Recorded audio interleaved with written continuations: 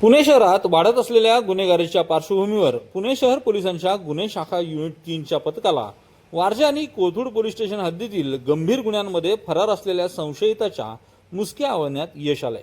विशेष म्हणजे तो त्याच्या स्वतःच्याच कोथरूड येथील घरी युनिट 3ला मिळून आलाय। गुन्हे शाखा युनिट 3चे पोलीस अंमलदार संदीप शेळके आणि नितीन जगदाळे यांना त्यांचे गोपनीय बातमीदाराकडून वारजेमधील एक आणि कोथरूडमधील 2 मोक्याच्या गुन्ह्यातील पाहिजे आरोपी रात्रीच्या वेळी राहत्या घरी आले असल्याबाबत खात्रीशीर माहिती मिळाली होती।